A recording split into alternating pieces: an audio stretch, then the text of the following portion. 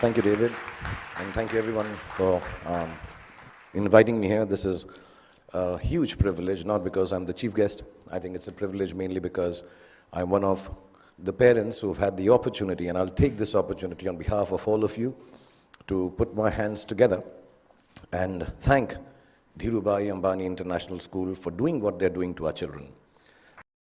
So I want to thank all the teachers, all the head of departments, Zareen, Farida. I mean, you are people I used to come to. When I have trouble, I come and look at their faces, go away, and I'm calm. Everything will be sorted out. Kavas sir, who's fantastic at cricket matches, shouts louder than anyone else in the world can.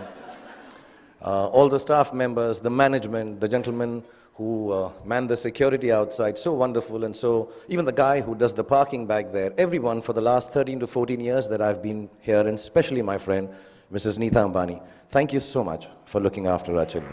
Really, thank you very, very much. Okay, so good evening, boys and girls. Exams are over. If I may say so, damn school is over, which seemed an impossibility just a few years back. That horrible math or physics or whoever your least favorite teacher is, you will never have to see again. That PE coach who was always out to get you is done and dusted. I know everybody's looking there. You want to party now, relax, hang out with the beautiful friends you've made in the last 13 years, 14 or some less. The last thing you really want to do is sit here and listen to someone give you advice on life lessons and what the future holds for you. And to top it, my qualification to be doing this is zilch, nada. Not at all, nothing. Really, apart from the fact that Neeta and I are friends, and thus I have some benefits. My reason to be here is the same as that of your elder brother or your sister being allowed to do things that you're not allowed to do at home.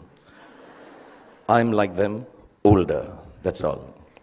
So if you think that I have had a successful career, as I was getting very embarrassed when David was recounting, because also it's been so many years since I've gotten an award now, yeah. This is like got to work harder. So also if you think I've had a successful career, a great past performance and my experiences of it are no assurance that it'll work in the future for you or work for you at all. And anyway, none of what I say today you will remember as soon as you're out of here. Or maybe even earlier, because you're still sleeping from the big party you guys had last night. What I say may make sense to your mom or dad, who will remember it some years down the line, and they will also remember it for all the inappropriate things that I'm going to say tonight.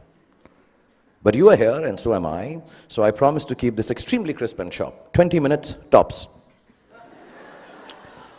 But be rest assured, I understand if some of you walk out in the middle of my speech for bladder control reasons. Feel free to do that. Feel free, because that's what essentially my talk is about. Feeling free, the freedom to be yourself, to listen to your inner voice and never let anyone tell you who you are or who you ought to be, including me. These are the only years of your life in which you will be allowed to make regret-free mistakes. As you do so, you will chance upon your dreams and hopefully make a happy life out of their fulfillment. When you get to be 50, as some of your parents are, none of the mothers, they all look 35. They're all looking extremely hot.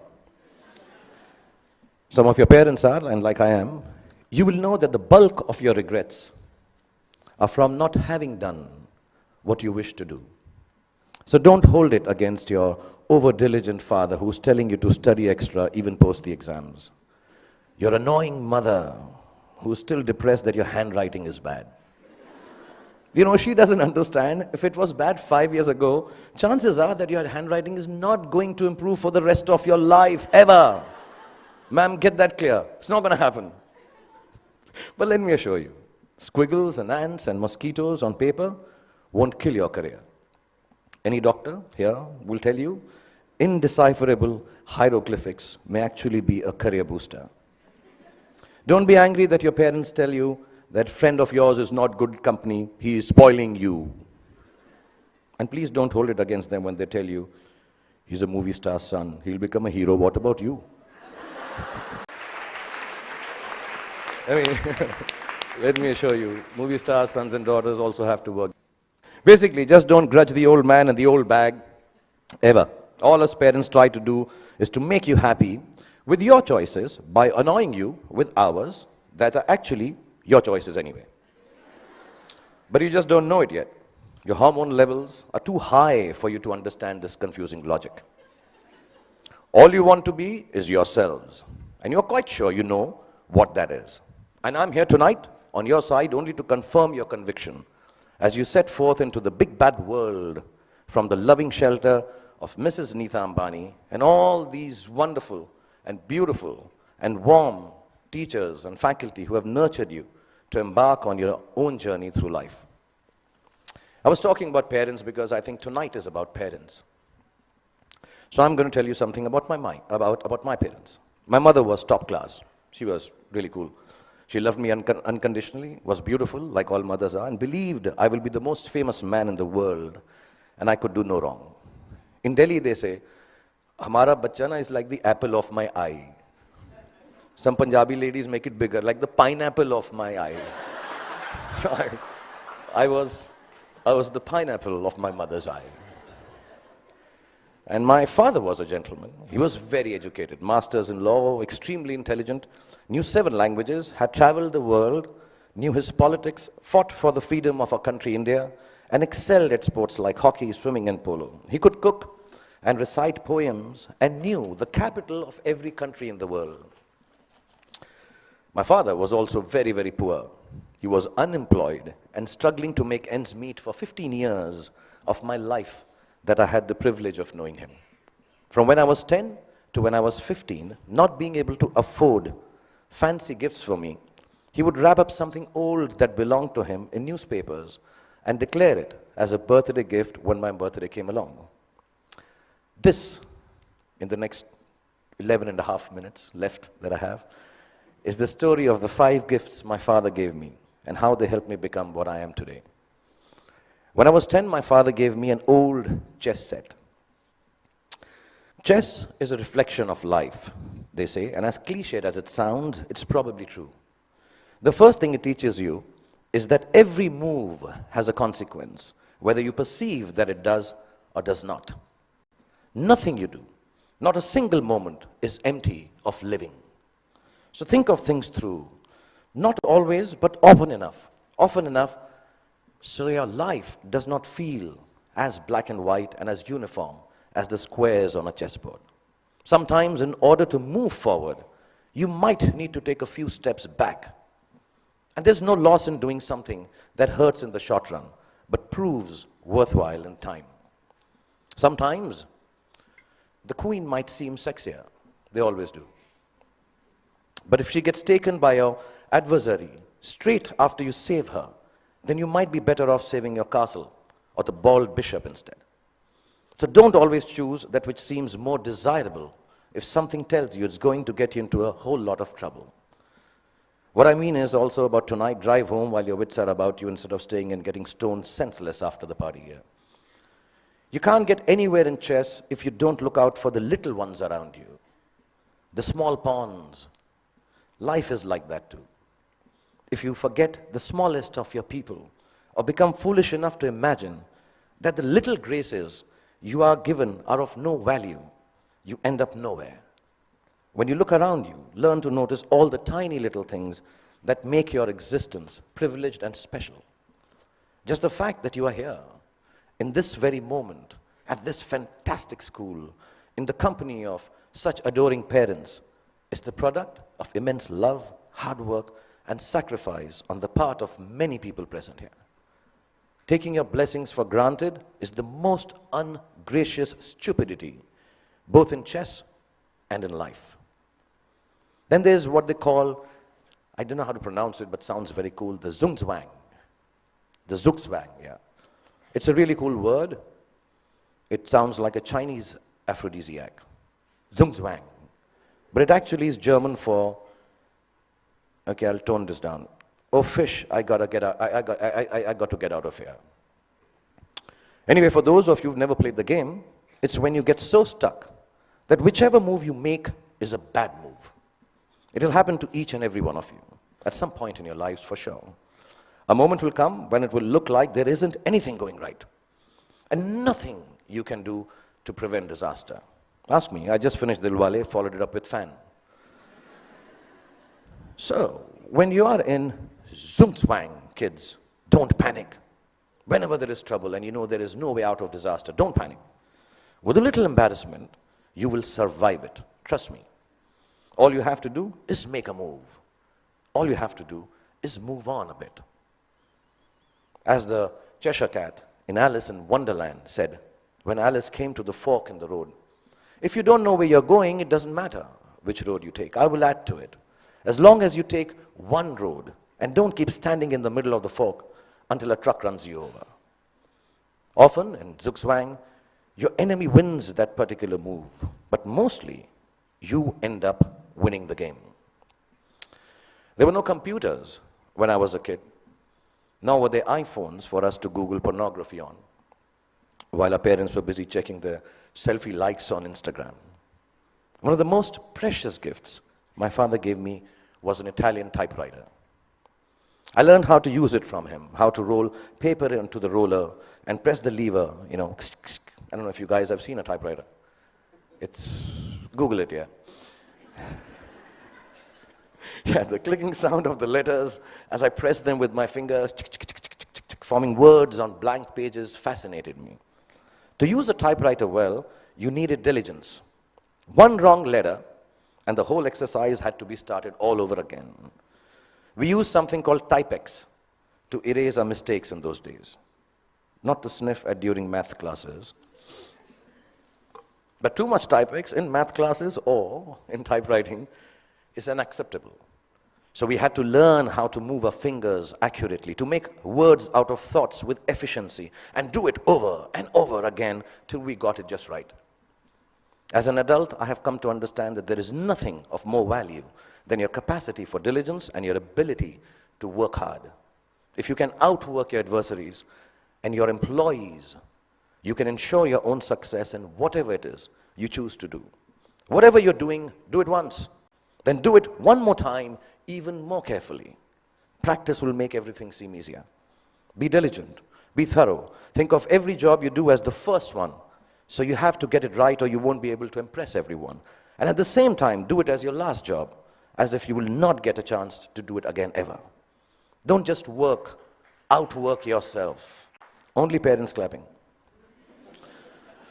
In fact, you can outwork yourself. If you can outwork yourself, then pretty much nothing can prevent you from glorying.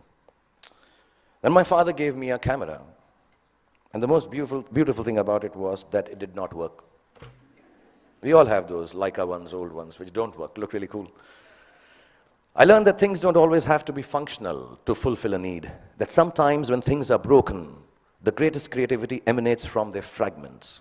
I found myself looking at my world magically through the unusable lens, and the fact that there was never any actual photograph to see taught me my most important lesson yet.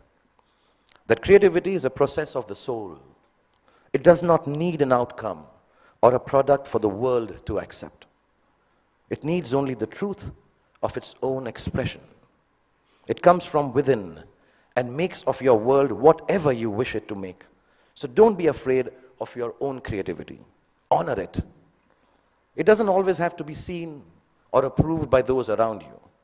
It is an expression of your deepest self, and it belongs as much to you as it does to the universe that nurtures and inspires it. All creativity is not for everyone to like or understand. All art is not up for sale. Some creativity has a bigger role to play.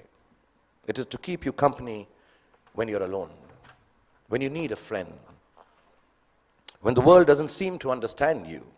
Your creativity, whatever that may be, I know a friend of mine who makes dolls out of bath bags from aeroplanes. Whatever your creativity is, your creativity will be the only thing that will keep you inspired and satisfied. Honor it to the end, whatever it may be. Mine is poetry. I write rubbish poetry. It's so bad that sometimes I cringe to read it myself. It's crap. But I write it. It is my secret place. It is mine to make me feel free and happy.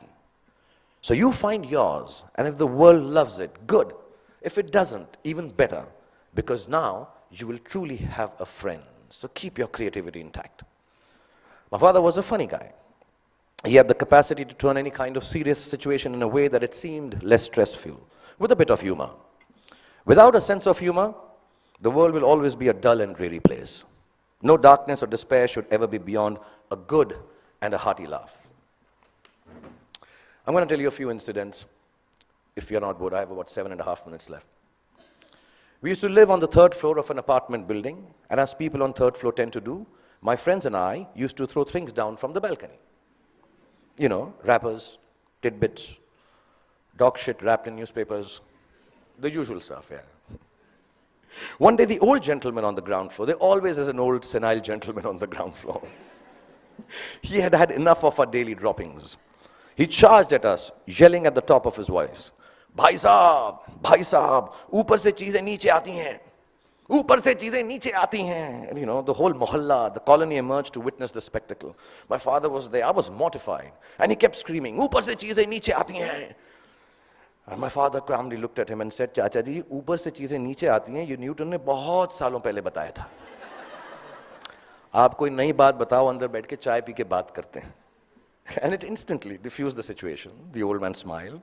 We went into the apartment, worked out how dog shit needs to be disposed of properly. Over a cup of tea, and life was back to normal again. And there was another incident I'm going to relate.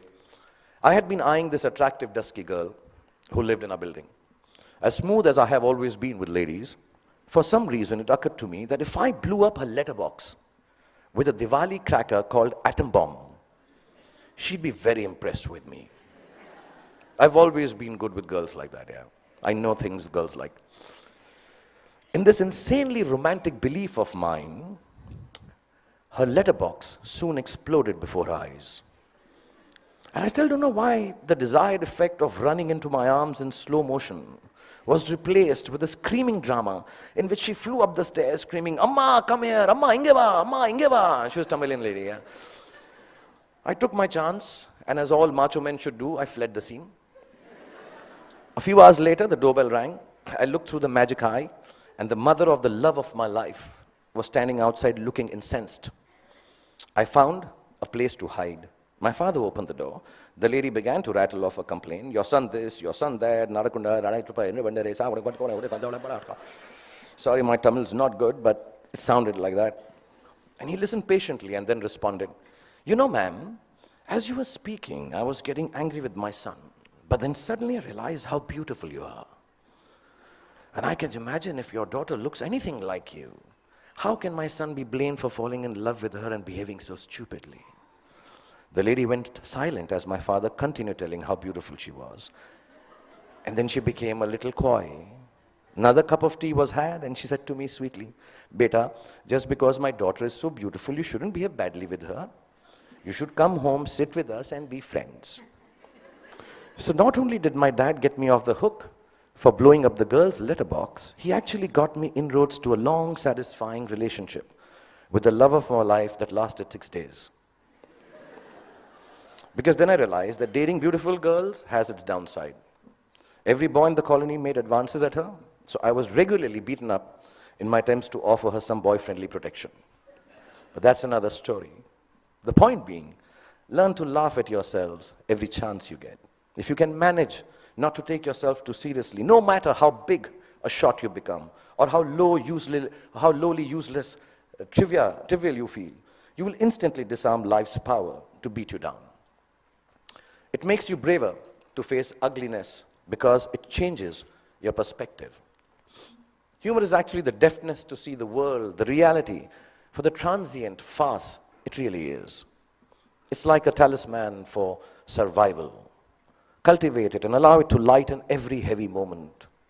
Wear it like a vulgar tattoo if you don't already have one. Don't ever let it get washed away in the turbulently beautiful seas of life. It's your ticket to staying young and childlike forever. And you'll realize why it matters to stay childlike when you're my age. And you watch this speech on YouTube with your children. I'll probably have kicked the bucket by then, having smoked enough cigarettes to light up a forest. But I certainly hope that you will have understood what I understand now. No, not that smoking kills, that part is okay. But what I'm referring to is what counts as the most beautiful and final gift that my father gave me. I only realized it was a gift on the day he died, when I was 15 years old. a gift your parents have given to you already. Yes, the singularly most exquisite gift you and I have been given is the gift of life itself. There is nothing that marks a man or a woman out from the ordinary more perfectly than grace. Grace is the consciousness that life is bigger than we are, and therefore our gratitude for it must match its vastness. It is the understanding that everyone we encounter, whether they are loving towards us or offensively abrasive, is a human like we are. It is knowing that experiences shapes human beings, and no matter how good we are at something or how successful we may become, we are never better than the other person. If you can live your life with grace towards those around you, you will accomplish more than you could if you became the President of America. That came out wrong, knowing that Donald Trump is so close to becoming the President of America. I didn't mean that. I'll rephrase that, guys. If you can live your life with grace towards those around you. Okay, actually, what the hell? Because I came here and told you a secret that I write rubbish poetry, I'm going to read out a poem and end this. This is the most rubbish poem you'll hear, but keep it in your heart because I'm the damn chief guest tonight. If your after party, EDM, I assume this is the music. I thought I'd be very cool if I used the word EDM. Is EDM cool still? Class of 2016, is it cool? No? Okay. If your after party EDM stone sunrise has found you, with dog-shaped wrappings and friends that will not confound you, and you start on this journey with a brave heart about you, if you live life with grace towards those around you, you'll get where you have to, and it won't astound you. If it isn't Ferraris and a White House that downed you, you won't need an entourage to always surround you. It's your truth you will have that will shelter and ground you. And you'll remember this day as the day that unbound you. From the walls of this beautiful school and the teachers, exams and all the rules that sometimes seem to hound you. And let me tell you, you all will be successful. Let me remind you. Now it was remind, but because it's not rhyming,